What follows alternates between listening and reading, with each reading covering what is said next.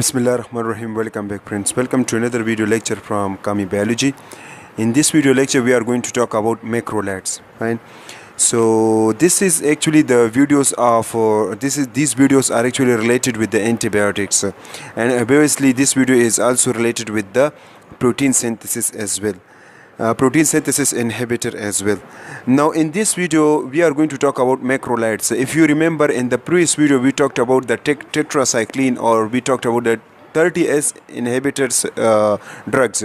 Now this is actually 50S inhibitor drugs, and we usually call that macrolides. So let me write the name. Macrolides. This macrolides is actually what? This macrolides is actually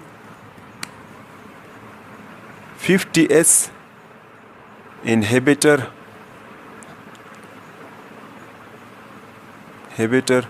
drugs. Why? Because it can attack on 50S ribosomes. How? We'll be talking later. Now, the drugs which are involved in macrolides, these are usually called as erythromycin,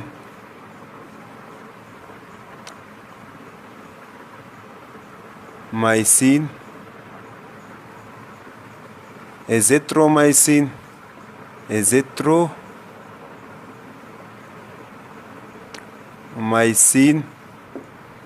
clarithromycin,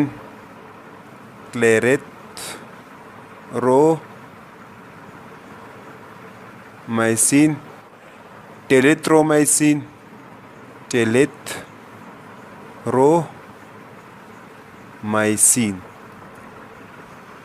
So these are the drugs which are used in macrolides. These are the names of the drugs, and it is a group of the drugs. Now, if we see the structure of the ribosomes, they can usually attack, all drugs usually attack on translocation process. Fine. You better know that what is translocation. We'll be talking in this video that what is actually translocation. Now they can actually blocked the translocation. The translocation during protein synthesis, the translocation process is also occurred.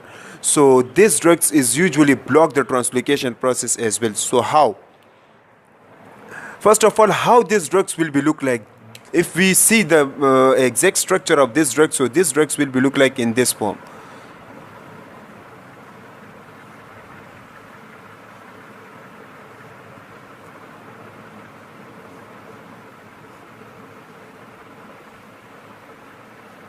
So this is the erythromycin. Erythromycin will be look like in this form. Now let's talk about this mode of action of erythromycins.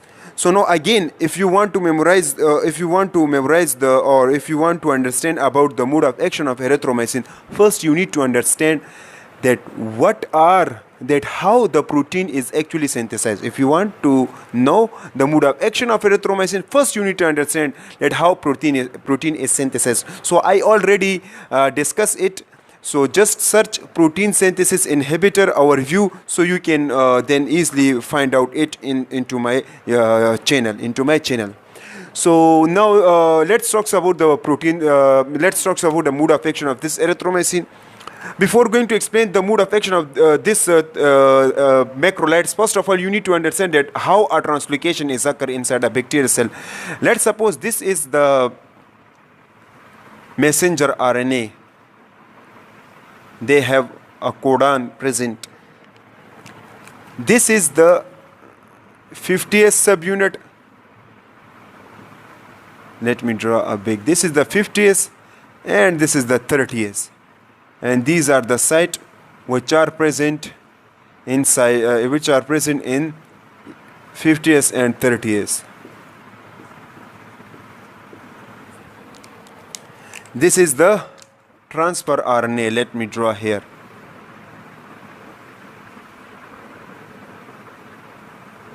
They have anticodon, and they have also carry amino acid. Therefore, we call that charge transfer RNA. What actually happened during protein synthesis? This charge transfer arm will come and sit to this P site. This is a P site, this is A site, this is E site. They come and bind to this P site. Now when they bind to this P site, let me draw here.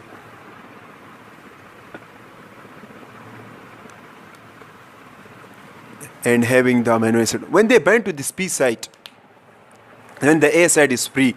There is a release packet will be released out there, and then the 50S subunit are bound here, as I discussed. Now what actually happened? The amino acid, this is, let me draw here P, A and E. The transfer RNA first of all bind to this area. Let me draw with the T, means this represents the transfer RNA.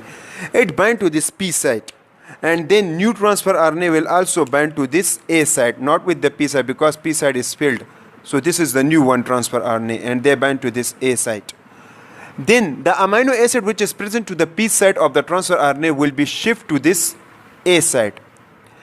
And this transfer RNA is now uncharged transfer RNA. Why? Because they can denote, or they can give their transfer RNA to this A site of the transfer RNA. So then what actually happened? This transfer RNA will have no amino acid. When they have no amino acid, so then we call that uncharged transfer RNA. So this uncharged transfer RNA will be shifted to this E site, and the transfer RNA which is present to A site will be shifted to this P site. Fine. So what actually happened?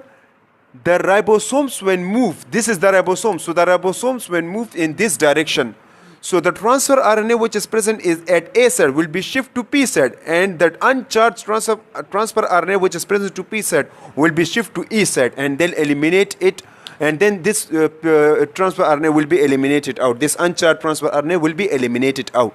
So we call that translocation phenomena when the ribosome moves. Fine. So this process will be occur. So we call that what? We call that translocation. So what actually happened? What actually happened in case in mechanism of action of this erythromycin? This erythromycin comes and attack to this 50S. How? They come and bind to this P site. Bind to this P site. So let's suppose this is the drugs. This is the drugs, they bind to this P site. So whenever the drugs bind to this P site of the ribosomes, so what actually happen? Translocation process will be not occur. Means the ribosomes will not move in this direction as well as at opposite direction as well. Means the ribosome neither moves at this direction nor move at that direction. We call it translocation. When the ribosomes are not moved, so what actually happen? The transfer RNA which is present to A site will be not shift to P site. Why? Because P site is filled with the erythromycin, or we can say is filled with the macrolides.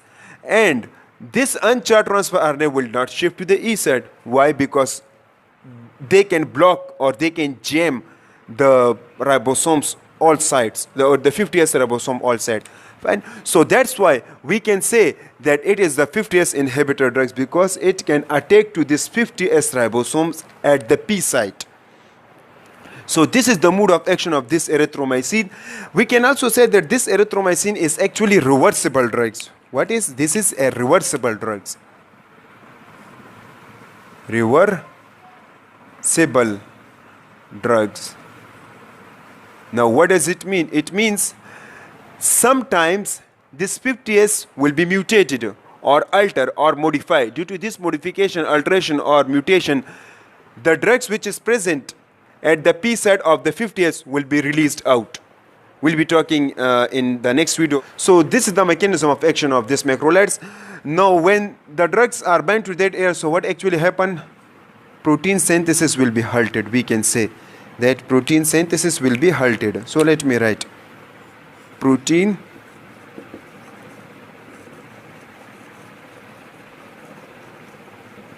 synthesis stopped or no growth no growth. So we can also say that this 50s or this drugs erythromycin is or clarithromycin, or we can say this macrolides are what? These macrolides are bacteriostatic in nature. Bacteriostatic in nature. But when we give it at a longer period of time at a high amount, then these drugs will be also a bactericidal. Maybe bacteriocidal at high amount, at high concentration. So at high concentration, these drugs will be converted into a bactericidal as well.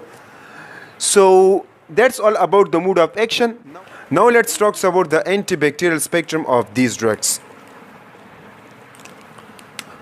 So these drugs, we can say they can show a good result against, so sorry, write me here. So let me write here.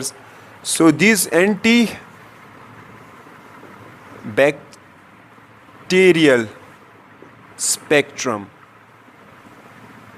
or we can say a broad spectrum as well. So it will be activated against, let me write the name of bacteria: H. pylori, H. influenza,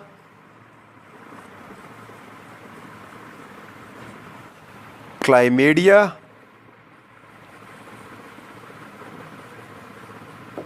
legionella, mycobacterium,